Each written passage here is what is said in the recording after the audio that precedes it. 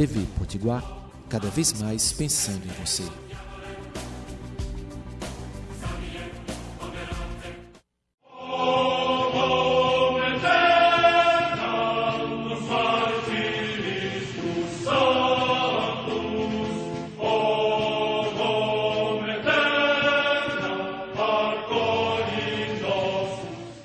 Salve Roma! Estamos aqui com o programa Em Defesa da Fé. A fé, ela sempre foi muito perseguida. Desde os primórdios, desde a era primitiva, a igreja foi muito perseguida. E até hoje ela é. Por isso existe uma necessidade de defender a fé apostólica, a fé católica, a fé romana. Tem uma frase de Santa Teresinha de Lisieux que eu gosto muito.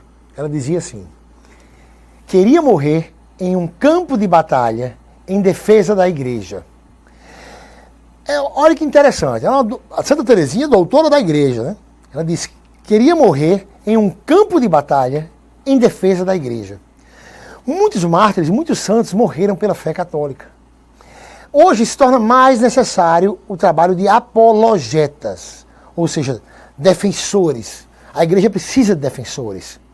Hoje se torna mais necessário ainda porque existe um grande número de crenças e crendices, seitas, novas religiões. E as pessoas terminam confundindo crença com fé. Crença, crendices, existem várias, mas fé só existe uma. Só pode ser fé se for uma fé católica, apostólica e romana. Só existe uma fé. Crenças, existem várias. Vamos ver nas Escrituras o que o apóstolo Paulo diz aos Efésios. Efésios 4, versículo 4 e 5. Há um só corpo e um só Espírito. Assim como é uma só a esperança da vocação a que fostes chamados. Há um só Senhor, uma só fé, um só batismo. A igreja, ela é um só corpo, porque é uma só igreja. Não pode haver vários corpos. No mesmo livro, na mesma carta, em Efésios 1, 22, diz que Jesus é a cabeça da igreja. Jesus é só um, é uma só cabeça, não pode ter mais de um corpo. É um só corpo, como São Paulo diz aqui. Um só corpo, uma só fé. Né? Essa fé, ela tem que ser católica, apostólica e romana. Porque a igreja que Jesus fundou é católica, apostólica e romana. Católica porque ela é um só corpo. Né? E esse corpo está em comunhão. Como a gente pode ver aqui, nessa imagem aqui sobre a comunhão dos santos, Maria Santíssima e os santos lá, ela com o menino Jesus no colo, né? Então Jesus sendo o cabeça da igreja, a cabeça da igreja, ele tem todo o corpo. Que são quem esse corpo? A igreja militante aqui da terra, né? A igreja padecente do purgatório e os santos do céu. Olha que interessante, o autor de Hebreus diz sobre a comunhão dos santos. Lá em Hebreus 12, do versículo 22 e o 23, diz assim, ó: vós, ao contrário, vos aproximastes da montanha de Sião, da cidade do Deus vivo, da Jerusalém celestial, das miríades de anjos, da assembleia festiva dos primeiros inscritos no livro dos céus, e de Deus, juiz universal, e das almas dos justos que chegaram à perfeição. Olha que interessante. Vós vos aproximastes. E ele termina o segundo versículo como vos aproximastes das almas dos justos. Então o povo daqui da terra está em comunhão com os santos do céu. Né? Por isso só existe uma fé e um só corpo. Muita gente confunde fé com crença, fé com crendice. Havendo uma só fé, ela tem que ser católica, porque é um só corpo, né? Católica do sentido universal, né? Uma igreja só no universo, né? Uma comunhão universal. Tem que ser apostólica, porque a igreja que Jesus fundou foi edificada sobre os apóstolos, né? Tendo como pedra de edificação o apóstolo Pedro, o primeiro papa. Está lá em Efésios 2:20, né? Diz que é edificada sobre os apóstolos. Então ela vem da era apostólica. 1 Coríntios 12:28, São Paulo diz: Na igreja, Deus constituiu primeiramente os apóstolos. Então, olha que claro, na igreja, Deus constituiu primeiramente os apóstolos. Então, ela vem da era apostólica. Então, outras crenças ou crendices ou igrejas que surgiram 1500 anos depois, não é a igreja de Deus. A igreja de Deus, na igreja de Deus, ele constituiu primeiramente os apóstolos. Os apóstolos foram os primeiros membros da igreja. Não é? Então, por isso, a igreja, além de católica, ela é apostólica. E por que a fé tem que ser romana? Havendo uma só fé, São Paulo deixou claro na carta aos Romanos que era a fé de Roma, que seria preconizada mundialmente. A fé de Roma se tornaria uma só fé mundialmente. Vamos lá. Romanos, carta aos Romanos 1:8. Romanos 1, versículo 8. Primeiramente, dou graças a meu Deus por meio de Jesus Cristo. Por meio de Jesus Cristo. Porque em todo mundo é preconizada a vossa fé. São Paulo diz a segunda pessoa aos Romanos. Primeiramente, dou graças a meu Deus por meio de Jesus Cristo, por todos vós, porque em todo o mundo é preconizada a vossa fé. Então, só existe uma fé. Essa fé romana. Porque a igreja de Roma, ela foi...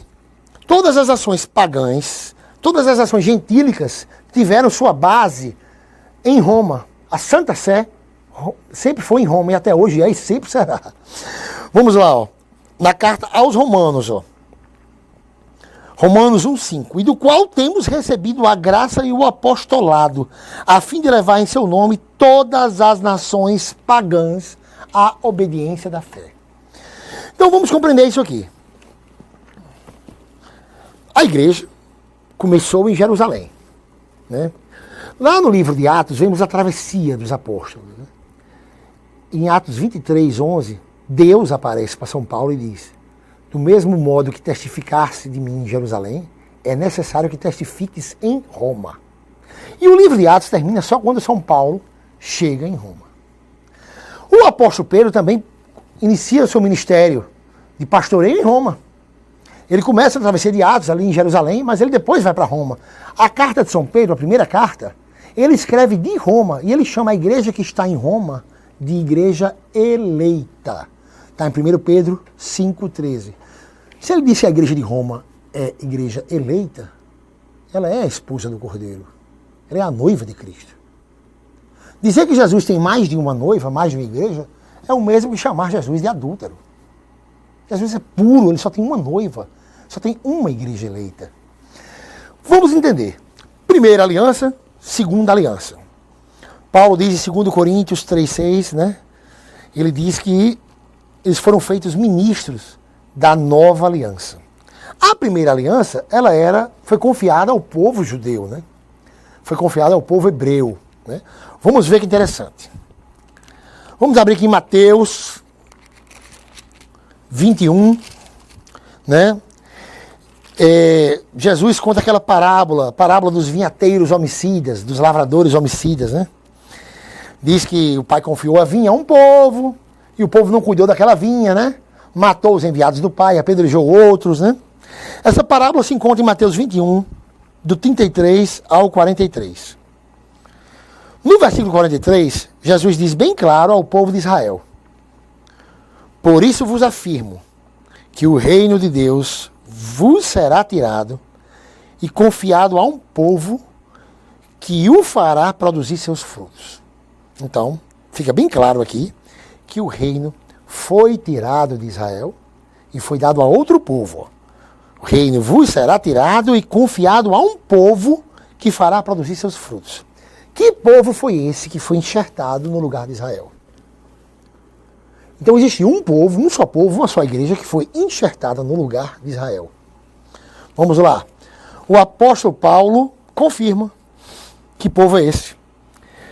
Na carta aos Romanos, em Romanos 11:17, Paulo diz que é a igreja romana que é enxertada no lugar de Israel. Então ela que é a dona do reino, que tem o monopólio do reino dos céus. O monopólio do reino de Cristo foi confiado à Igreja Romana. Papa João Paulo II, brevemente santo, o beato da Igreja, que será canonizado agora, ele tem uma carta Missio Redemptoris, né? Fala sobre o ministério da redenção, né? Do Redentor. E ele deixa bem claro, logo no começo da carta, que esse ministério foi confiado à Igreja. Vamos lá. São Paulo diz aos Romanos, em Romanos 11, 17.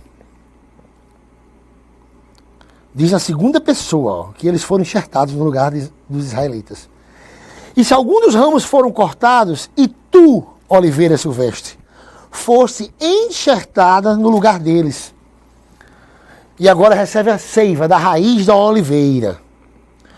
E ainda diz assim, ó. Os ramos foram cortados para que... E porém dirás, em Romanos 11, 19, foram cortados os ramos para que eu fosse enxertada. Então, por que que Deus deu o monopólio do reino para a Igreja Católica e Apostólica Romana? Porque os judeus não queriam compartilhar o reino, né? São Paulo diz, em 1 Tessalonicenses 2,15, que os judeus, 15,16, 1 Tessalonicenses 2, 15 e 16, que os judeus queriam impedir que pregassem a salvação aos gentios, né? Não queriam que a salvação se espalhasse para o mundo gentílico. E a Igreja Romana, Roma era o centro do mundo gentílico, o centro de todo o planeta gentílico. Então, rapidamente, já se espalhou o Evangelho. Quando chegou no ano dos 200 ou para o 300, já existiam 1.500 sedes episcopais com bispos espalhadas pelo mundo. Já tinham tido mais de 20 papas sobre a sucessão de São Pedro, né? Então, esse é o mistério de Deus. Ele tirou o reino de Israel e confiou o reino à Igreja Romana. É incrível como tem várias provas, né? Eu queria mostrar no próximo bloco a questão do obelisco. O obelisco do Vaticano é uma das provas nítidas, visíveis, de que a Igreja de Deus é a Igreja Católica Apostólica Romana. Vamos dar um intervalinho aqui e voltamos já com o programa Em Defesa da Fé.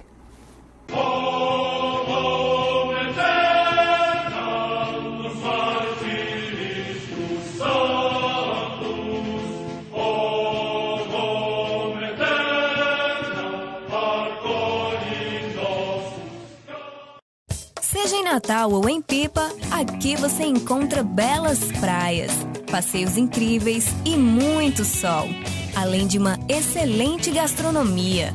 O paraíso é aqui. Venha passar momentos de intenso lazer. Entre em contato com a natureza. Seja para descansar ou se divertir, hospede-se conosco. Paradise Hotéis, Natal e Pipa, 4 opções para você.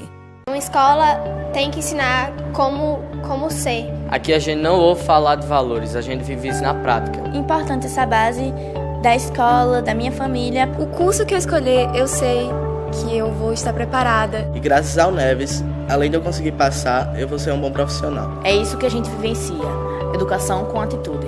Tenho orgulho dessa escola. Aqui eu sou feliz. É completo. É o meu colégio. E pode ser o seu.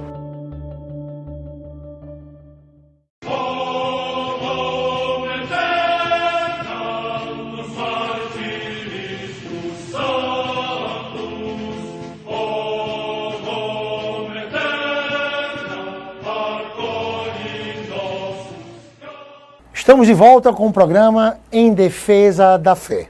Como eu tinha falado no bloco anterior, eu vou mostrar aqui, biblicamente, historicamente, uma das provas visíveis sobre a Igreja de Deus na Terra, sobre o povo da Boa Nova, o povo do Evangelho na Terra. Uma das provas visíveis é o obelisco do Vaticano. O obelisco se encontra na Praça de São Pedro. O obelisco já foi citado nas Escrituras e temos provas, tanto nas Sagradas Escrituras como históricas, que o obelisco é uma representação de que ali se encontra o povo de Deus. Vamos mostrar aqui, primeiramente, nas Escrituras, para depois eu falar o que aconteceu com o obelisco no contexto histórico. Vamos lá. Aqui em Isaías 19, né? Isaías 19. Tá assim, ó.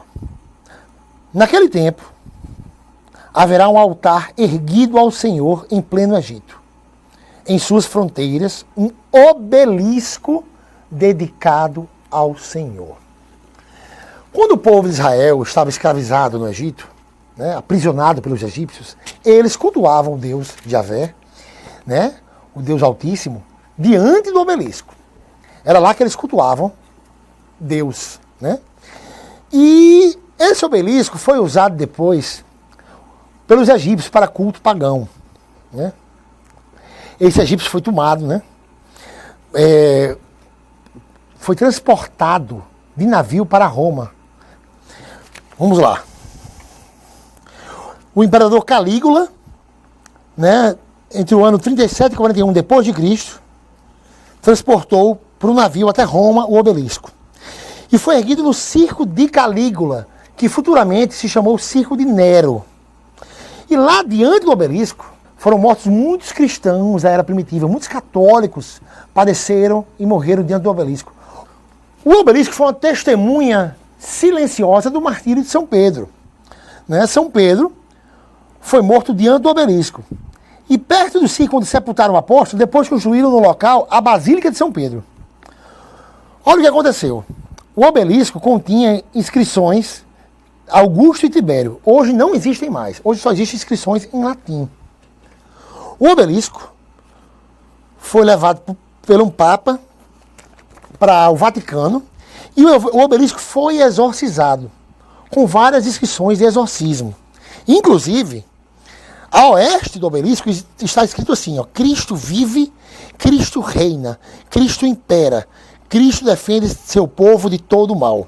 E a leste do obelisco está escrito uma frase de exorcismo que até foi usada por Santo Antônio de Pádua, né? Essa frase é o seguinte, em latim está assim no obelisco: Ecce crucem Domine, fugit partes adversae, vicit leo tribo Juda, né? Em português é: eis a cruz do Senhor, fujam inimigos, venceu o leão da tribo de Judá. Agora vamos lá. Como o obelisco se torna uma prova viva, uma prova visível, né, de que a Igreja de Deus é a Igreja Católica. Como eu mostrei em Isaías 19, então o obelisco, ele estava no Egito, né? E era onde o povo de Deus adorava a Deus lá, o povo de Israel, né? Tem uma profecia em Isaías que é perfeita. Lá em Isaías 61. Isaías, ele dá uma dica para sabermos quem será o povo de Deus da nova aliança. Quem será o povo da boa nova. Vamos lá. Vamos ver a dica que Isaías dá. Isaías 61, versículo 1. O Espírito do Senhor repousa sobre mim, porque o Senhor consagrou-me pela unção, e enviou-me a levar a boa nova aos humildes. Vemos aqui, boa nova em grego, evangelion, né? Daí o termo evangelho. Vemos aqui que Isaías profetiza o evangelho, que vai ser pregado na vinda de Cristo.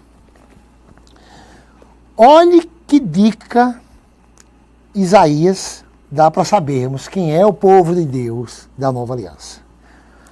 Ele dá uma dica aqui, ó. Isaías 61, versículo 4. Reconstruirão as ruínas antigas, reerguerão as relíquias do passado. Esse povo da Boa Nova, segundo o profeta Isaías, vai reerguer as relíquias do passado. O obelisco era uma relíquia do passado e foi reerguido no Vaticano. Olha que confirmação, né? E outra dica que ele dá aqui, né? No versículo 3, dar-lhe-á um diadema. E no versículo 6 diz, e vós chamar-vos-ão sacerdotes do Senhor. Né? Então fica bem claro aqui quem é o povo do Novo Testamento, o povo da nova aliança. Né? Interessante que muitos católicos, né, edificados na fé, quando tem uma fase que a fé se abala, né, por algum motivo pessoal, algum problema, eles se tornam frágeis. Se tornam frágeis para que homens devorem, né? Que doutrinas humanas puxem, tirem do rebanho de Deus e levem para um rebanho, para um aprisco humano, né? Olha que interessante. Deus, ele sempre alerta contra divisões, né? Porque a igreja, como eu mostrei lá em Efésios, é um só corpo, um só Senhor, uma só fé, um só batismo. Lá em Efésios 4. E logo depois, no mesmo capítulo, São Paulo dá uma dica, dá um conselho, ele nos exorta à unidade. Efésios 4:14. Assim não seremos mais crianças, joguetes das ondas, agitados por todo o vento de doutrina, presos pela artimanha dos homens e da astúcia que nos induz ao erro. Paulo faz essa exortação porque ele sabia muito bem que a pessoa com a fé abalada, ela fica uma presa fácil. Ela fica uma presa fácil para os homens, né? Eu mesmo, quando eu era pastor protestante, a primeira igreja que eu fiz um galpão lá em minha casa era em Tirol. Depois eu tive outro ponto de pregação em Areia Preta, outro em Satélite. Mas quando eu era pastor protestante, eu via que o católico com a fé abalada era muito fácil. Era muito fácil para a gente fisgar, né? E eu me lembro que eu sou muito devoto de Santa Teresinha de Lisieux. Eu acho que eu ter botado minha primeira igreja em Tirol foi uma afronta, porque Santa Teresinha é padroeira do Tirol. E eu sei que ela intercedeu por mim, para que eu viesse para o rebanho de Deus, para o redil dos santos, para a igreja que Jesus fundou, né? E às vezes iam católicos lá e eu queria converter o protestantismo de todo jeito, né? Até que um dia Deus mostrou a verdade, né? Que só, como diz lá em João 10:16, haverá um só rebanho e um só pastor. Então, permanecemos firmes na doutrina, na sã doutrina católica, né? Vocês que têm catecismo em casa, vejam o catecismo 817, o problema, o quanto é uma perdição, a ruptura, né? Então, vários tipos de cisões existem, né? Uma delas é a apostasia, a outra é o cisma. Então, catecismo número 817. O catecismo é a interpretação da Bíblia, né? O catecismo é a perfeita interpretação da Bíblia, para que você não tenha uma interpretação individual. Através das interpretações individuais, os homens já fundaram mais de 50 mil doutrinas diferentes.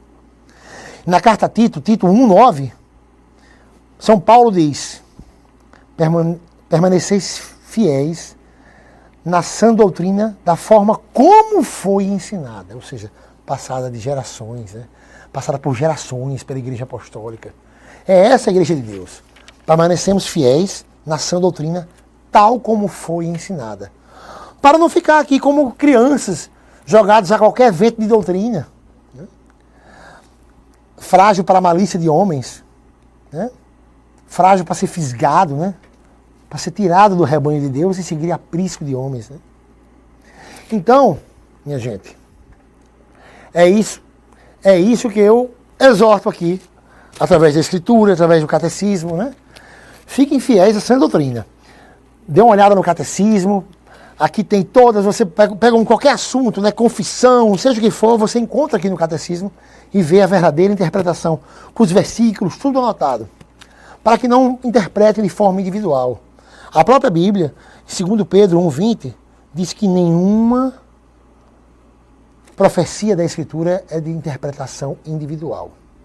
Inclusive, em toda a Bíblia, só teve um ser que interpretou a Bíblia de forma individual. Foi Satanás. Satanás, quando quis desviar Jesus do foco, lá em Mateus 4, né? Quando ele prometeu os reinos do mundo, tudo que ele dizia para Jesus, né? Pule daí, né? Transforme pedra em pão. Ele dizia, pois está escrito que Deus mandará seus anjos. Então, Satanás foi o único que usou a Escritura de forma individual. Vê que lá em Atos 8, quando o diácono Felipe se aproxima do eunuco, ele pergunta, entendes o que está lendo? O eunuco estava lendo Isaías. O diácono Felipe perguntou, entendes o que está lendo? O eunuco foi tão humilde que disse: como posso, se não tem quem me explique, né?